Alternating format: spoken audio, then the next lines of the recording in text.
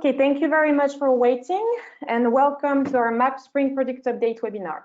I'm Camille, Team Lead Product Marketing, and today I'll be joined by Ricardas, our Vice President of the Global Strategy, Stefan, Senior Product Manager at Mapp, and our special guest, Rob Rebholz, the co-founder at optilyz. So this update includes 15 new features, improvements, and integrations for Mapp Cloud to provide you with even greater ability to use its modules effectively. The Spring Update mostly focuses on improved cross-channel marketing activation and AI-powered customer intelligence to help you drive insight-led customer experiences. So now let me pass it on to Rick, who will be introducing a very exciting features, the direct mail for Mapp Engage. Thanks, Camille. Hi, everyone. So as you guys know already, Mapp Cloud provides so much data about the existing customer behavior, and we're able to activate kind of a native campaigns via email, SMS, mobile push, as well as paid media. And now that kind of the lockdown is ending in many regions across Europe, we realize that actually we're missing a very core part or a very core channel to our proposition, and that is direct mail. And after evaluating the market, we picked optilyz because they're the leader in programmatic print in Europe, but also they can deliver print messages across worldwide as well. So let me hand you over to Rob Rebholz, who's going to introduce what optilyz is all about and how that can help kind of enhance your customer journeys. Thank you so much. Very excited to be here.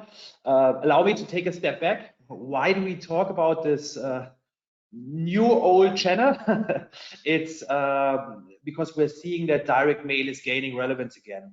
The reason is really straightforward. In a world where tracking, data privacy, etc., have challenges, direct mail is an opt-out channel, meaning you can target everybody whose address you have. So that's quite an opportunity. The channel converts extremely well. However, not much has happened since the 90s.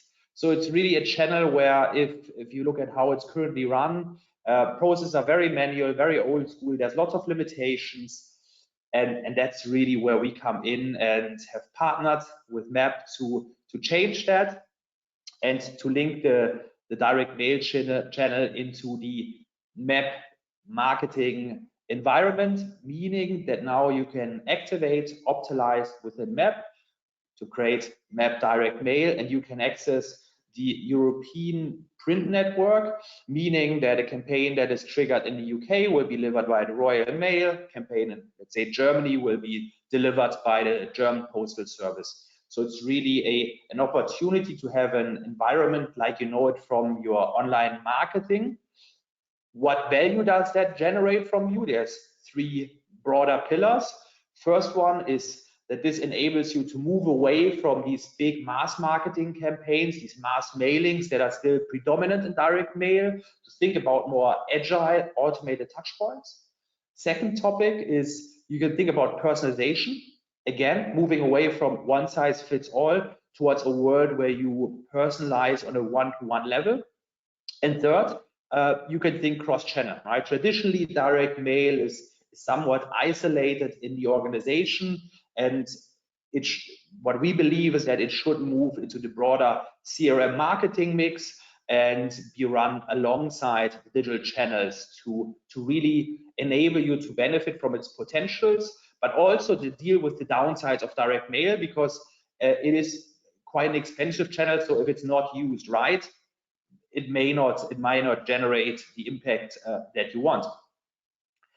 So let me dive into these three broader areas, starting with the event-triggered use cases. So what we see is that customers that start running this channel out of the marketing cloud is that they start really thinking about the customer lifecycle, thinking about the different touch points along that lifecycle and how direct mail can play a role. And there's really interesting topics that you see, starting from things like cart abandonment campaigns, through second order push campaigns, right? You generate all of these first orders in a world of COVID, but what happens after that? What do you do with these people that made their first purchase that you want to push into the second buy?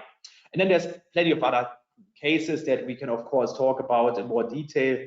When you start thinking about this, there's personalized events like birthday campaigns, anniversaries. We see companies that think about referral marketing using different triggers or signals to deal with that, to think about loyalty campaigns, and then of course everything around churn prevention and reactivation. Second, this personalization, that's I gotta admit, that's one of my favorite topics when it comes to direct mail, where we see two things. First step is really moving away or moving towards buyer personas, thinking about how to target personas with specific broader designs, broader incentives, etc. But then also going even further and thinking about product recommendations. So really thinking about one-to-one picture personalization and leveraging that in direct mail as well, rather than having the same for everybody. So really, really powerful tool. And then last but not least, the big question of what channel for which customer at what time.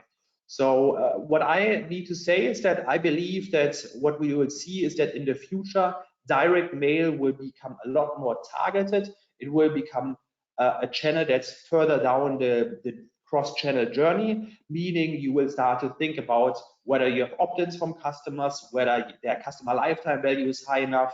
You then go into the digital touch points, usually very early on.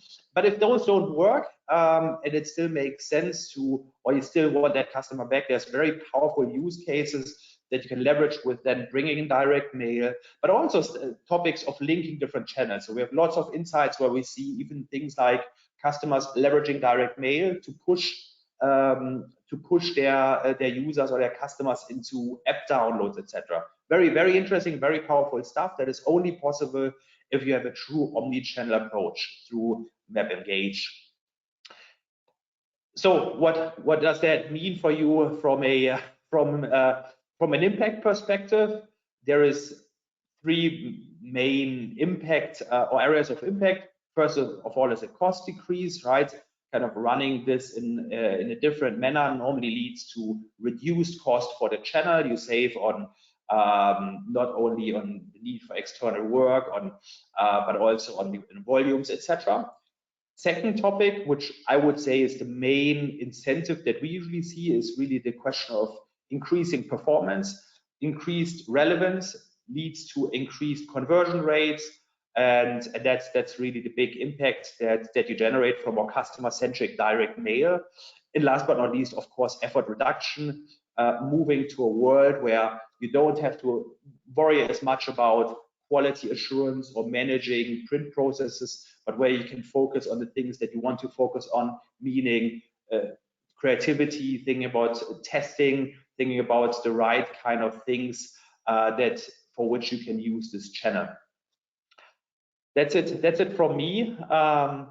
Thanks again, and looking forward to what's going to happen after this. Excellent, thanks, Rob. Very exciting indeed. And as I was saying before, we have so much data about customers that you normally use right now to personalize your SMS or email campaigns, and you can do exactly the same thing now with the printed materials as well. We haven't covered the varieties of or types of messages you can send. It doesn't have to be a letter, it can be a postcard, it could be a mini catalog. There's so many different options that optilyz provide. And we are able to further personalize them based on any parameter, any data you're storing in related data, or the coupon libraries that you're storing in Mapp Engage right now, ensuring that the same personalization, the same content is shown to customers via print as well as the digital channels as well. And the configuration of the campaign is fairly straightforward. So you have to configure the print campaign within optilyz itself first. So you have to create a template, select whether it's a postcard, a letter, configure the personalization parameters and the variations. You will also see the costs there. So you'll be able to predict how much you'll be spending on those campaigns. And then within Mapp Engage itself, you will be able to select the template that you configured in optilyz, as well as adding the additional personalization parameters. So whether you want to personalize with something as simple as the first name, or personalize based on any other data that you're storing in Mapp Engage. Also, you're able to leverage the same coupon library that you're using in Mapp. Next slide, please. At the same time, not only you're able to deliver one-off mailings, through this integration, you're also able to leverage this from within the automation whiteboard, which means that you're able to manage costs as well. So by ensuring you're only contacting customers when is the most appropriate. For example, you knew there was a very high value touch point at which you wanted to reach a customer. Maybe they reached a particular milestone in their lifetime value or in the loyalty with your brand. Or you send them a happy birthday mailing, but they haven't opened it via email or in-app or mobile push. So you could then drive them to send them a personalized direct mail letter. So effectively taking all these technologies and capabilities that are available to you within digital channels and translating them to the physical environment as well. And one of the most frequent questions that I get asked, and I'm sure Rob you do as well, is, well, that all sounds great, but surely print is way more expensive than other digital channels, right? And I think this is what probably puts people off from using it more frequently. But my argument is, and especially based on what Rob was saying earlier about how print is, customers don't necessarily have to be opted into that, so not unless they've explicitly opted out. This means you are able to take 3 years worth of transaction data, so all customers that you've sent products to in the last 3 years, and if they haven't engaged with you, you're able to re-engage them via the print channel. And believe me, the cost of reacquiring those customers that have disengaged by digital is going to be significantly lower than trying to acquire new customers altogether via paid media channels or probably buying in some lead gen or whatever other tactics you might be doing. So it's definitely worthwhile considering.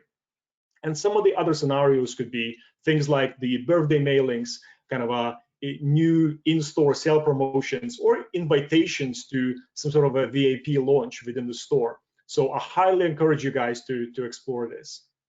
When it comes to prerequisites, in terms of what you need to do to make use of this channel, so this feature will automatically be available to all kind of a Mapp engaged users. However, you will need to kind of engage with optilyz first. So you will have to have kind of your own contract with optilyz, and kind of you'll most likely be talking to Rob and his colleagues. And if you want to activate this channel, just contact your account manager or customer success manager, and we'll facilitate introductions. But I really hope many of you will take advantage of this new capability within Mapp. Now, let's move on some of the other updates to Mapp Engage product before we move on to Mapp Intelligence. So in the previous releases, you would have noticed that we had so much emphasis on the ability to ingest data into the Mapp Cloud ecosystem. And it's because we've built these capabilities for kind of creating segments and personalizing content based on related data tables, on product catalogs, so many other things. But in some ways, it was quite hard for you to kind of connect to data sources that are not kind of readily available. And with that in mind, we launched new functionality called data feeds. And with that, you're able to configure your own integrations and your own import and ETL jobs into Mapp Cloud without necessarily having to engage the CSM team or your account managers. That means that kind of any data source that's available to you, whether it's on Amazon S3 or in Google Cloud, you're able to upload them. And you're able to upload transaction data, customer profile updates, abandoned cart information, wish list data, maybe store locations if you're taking advantage of the geofencing capabilities. So all those things are available, and we'll be pre-processing those and actioning it within Mapp Engage. So the way it works is that if you're already familiar with our kind of a Credential store repository, this is where you would configure your kind of access point to different FTP locations, maybe to Amazon S3, to Google Cloud, whatever other location that you have. And then from there, you're able to configure multiple kind of import jobs, which can be done in CSV files, maybe password protected zip files, JSON files, all of those things can be imported. We will then, or you will then configure how you want those files to be processed, right? At what intervals, at what frequencies, and also how you would like to translate the different columns. Perhaps the column in the source file needs to be transposed into another column, into another table within Mapp Engage. All of those things can be done via the user interface. At the same time, not only you can import data, but you can also trigger a number of actions. So for example, not only updating user profile, you can also update related data tables, maybe the transaction table or the abandoned cart table, or even trigger automated messages to be sent based on the data that's kind of existing in that CSV or a JSON file.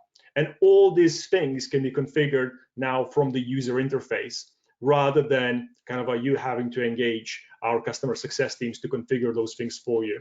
And at the same time, you will be able to monitor kind of additional kind of error codes and success codes to make sure that those files have been processed correctly. So as I mentioned before, so there will be a user interface available. We're not going to go through all the different kind of stages, but as you can see, the tabs at the top, there's an overview section where you connect to the endpoint, then you map the different data fields, so the source file to where the file needs to go. You manage data synchronization, data imports, and you can configure those different imports, all done via the user interface. And when we import those files, you are able to transform them as well. So previously, you had to import the files in exactly the format in which Mapp accepts them, but now you're able to configure those ETL jobs. For example, changing things like the column headers, or maybe even changing some of the attributes, maybe removing some characters or strings, or changing a particular attribute into a date field or into a numeric field. So all those things are now available via the user interface, rather than you having to upload the file in a predefined format to start with. And as I mentioned before, at the same time, you're able to schedule kind of certain types of kind of activations. So for example, sending an abandoned cart email off the back of a file import, or sending a transactional message. And you're able to map all those different parameters in the user interface, rather than having to kind of do some sort of a pre-processing file upload, then waiting for the import to finish, and then creating a separate automation. So all those things now can be done directly from a single interface when you're uploading the file. When it comes to prerequisites, so again, it's part of this release. It can be activated upon request through your customer success manager or account manager, and it's available to anyone that has currently access to Mapp Connect, as well as the Credential store. You will need access to Credential store, because this is where you'll be managing your FTP accounts and logins to Amazon S3 or Google or wherever else you're importing data from. So again, highly encourage you guys to use it. And if you want to use it, feel free to contact your account manager or CSM. So let's talk about some of the other improvements in Mapp Engage. We don't have a slide for each, but I'll just quickly kind of walk through them here. So for those of you that are using mobile push, now you're able to further customize the mobile push actions, because there might be more specific than buy now or open the app, right? So you might want to configure a more specific kind of a customization on those actions within the messages that you receive. We also introduced React Native support on our latest SDK. So for those of you that are building apps based on the React Native framework, now you can also take advantage of our new SDK as well. And if you're not familiar with what native in-app messages are, these are effectively work in a very similar way like in-app messages. But in-app messages are not always efficient when customers are on the go. So for example, if your Wi-Fi connection is not very great, or you're not connected to a very fast 4G connection, so you are able to render those messages natively directly from within the app, even and without impacting the user's experience, right? So it's just a better way of rendering kind of a better customer experience as they're interacting with the app. And there's a further improvements to the campaign creation process as well. So for those of you that are using our content management for email, now we do have autosave functionality, making sure that no work is lost, right? So if you have left the screen and forgot to kind of press that little icon not to time you out, so again, your work will always be continuously saved. As part of the release of direct mail, we've also added some additional kind of control options for you to make sure that you're managing your costs. So for example, if you have a segment of 100,000 customers that you would like to send a direct mail to, but you don't quite have the budget for 100,000, maybe you can only have the budget for 20,000. So you can do that now within the segmentation builder. So within the segmentation builder, you'll be able to apply a cap of kind of how many customers you want to qualify for that particular segment before it's being passed over to a campaign. Again, a very useful feature, not just for direct mail, but for other use cases as well. And also, if you are using Segmentation Builder, we have tweaked the way that you're managing the group memberships conditions, right? So we made it slightly simpler in the way that you control kind of what groups does a customer belong to. So it's just a bit more intuitive in the interface. And now I would like to hand you over to Stefan, who's going to walk us through some of the updates in Mapp Intelligence. Thanks, Rick. Then let's continue with the last chapter for today, the Mapp Intelligence updates for our 2021 spring release. And the first feature we have for you is the forecasts. And with forecasts, we have added a new AI-based feature which helps you to get ahead of your reporting, to make smart decisions just in time on the course to your target, to adjust your actions if needed, to make sure you reach the goal you were expecting. Forecasts can be created for all available metrics as in Mapp Intelligence. As in smart notifications, you can select a metric here in, for example, the quantity purchased products. And in addition, and that will give you a number of how many products you can be expected to be purchased. But not only this, you can also slice it further down. You could add a dimension, and that will break down the selected metric. For example, you could say, I want to have a forecast of purchased products per product category. And that will give you like a forecast for each of the product category or the products. The third option you have here is the time frame, which indicates what the time frame is the forecast should work for. For example, the next 30 days or until the end of the week. And finally, we have the frequency. That means when this forecast should be sent out to you and via email or at notification feed, which is daily, weekly, and monthly. So you could configure, for example, the forecast for the end of the month and send it out daily. That would mean in the first of the month, you get the predicted value, what your quantity purchased products, your amount of purchased products will be at the end of the month. Next slide, please. And the notification will look like this. You get this forecast. It has a headline and a detailed chart with the explanation. And yeah, the key benefits, as mentioned already, is that you can facilitate the internal team goals, keep an eye on the target while you are approaching the target and adjust if needed. The time frame can be configured, and the forecast will appear online, like in the tool with next to the bell icon, or as well as in your email inbox. The prerequisites are quite easy. We have one forecast for you for free. So even if you have not yet purchased the AI package, you can test it out. And in case you want to have that, feel free to contact your account manager to enable that feature for you. As another prerequisite, we will need 90 days of historic data so that the forecast data will be calculated correctly. The second feature is the smart notifications for best performing campaigns. And that means the best performing campaign feature will highlight for you the top 10 performing campaigns. And by that, you can get a quick overview about the performance of the campaigns without investigating a report. So you don't need to open the report actively and read all the numbers. The notification will bring the numbers to you.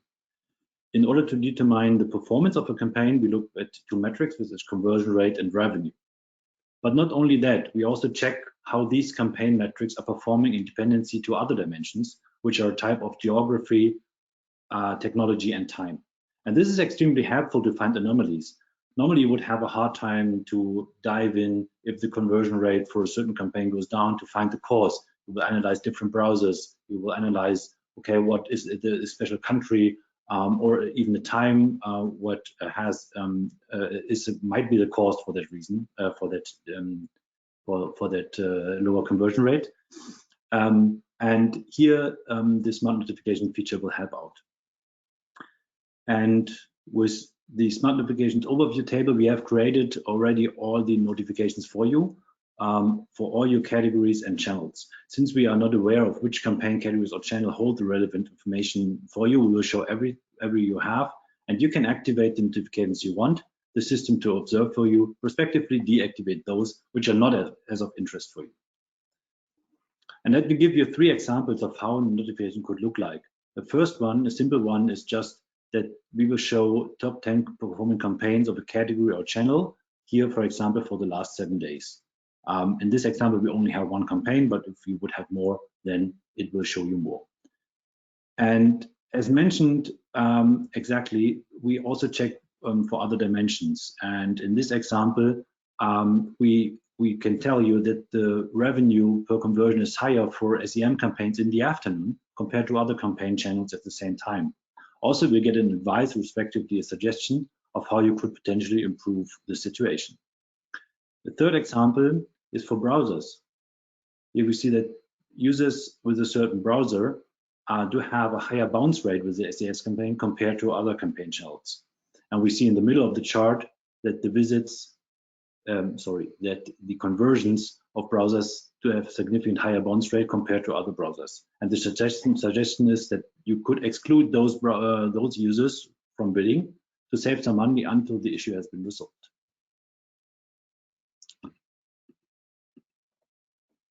As a prerequisite, this feature is also available for all Mapp Intelligence users with smart notifications or predictions enabled. And as mentioned, the notifications are available automatically. The third feature we have is the RFM configuration model. A short recap for RFM and RFE. Both are scoring models to segment your users based on either e-commerce or publisher focused KPIs. For each recency, frequency, or monetary or engagement for RFE model, a value of 1, 2, or 3 is applied based on the settings you made in the account configuration. A good RFM segment will then be called 333. The set of the thresholds is very individual and related to the business model of your company. Therefore, determining the optimal settings can be a tricky task, and here smart notification helps out. Mapp's AI look at all the customer data to give you an advice of actionable advice of how to calibrate the RFM model to your business, which will result in more accurate segments. The RFM and RFE models are proven scoring models that can be used to evaluate motivation for your visitor. They help you to better understand the usage and purchase behavior. Also, we have some predefined segments that are based on it, for example, big spenders, and those RFM-based segments, as well as other custom segments powered by Mapp Intelligence, can later then be used and engaged as a target group. The notification will basically indicate the thresholds for you. So it checks for recency, frequency, and monetary, the entire user base, and it slices your users into 3 equal parts in terms of revenue, frequency, and monetary. The outcome is a suggestion of the values. Here it is 321 and 341 as a days for recency. And to make use of these numbers, you can need to go to the account configuration and enter these numbers in the RFM model configuration. Let me summarize the benefits. You will receive constantly updated suggestions for your RFM and RFE model.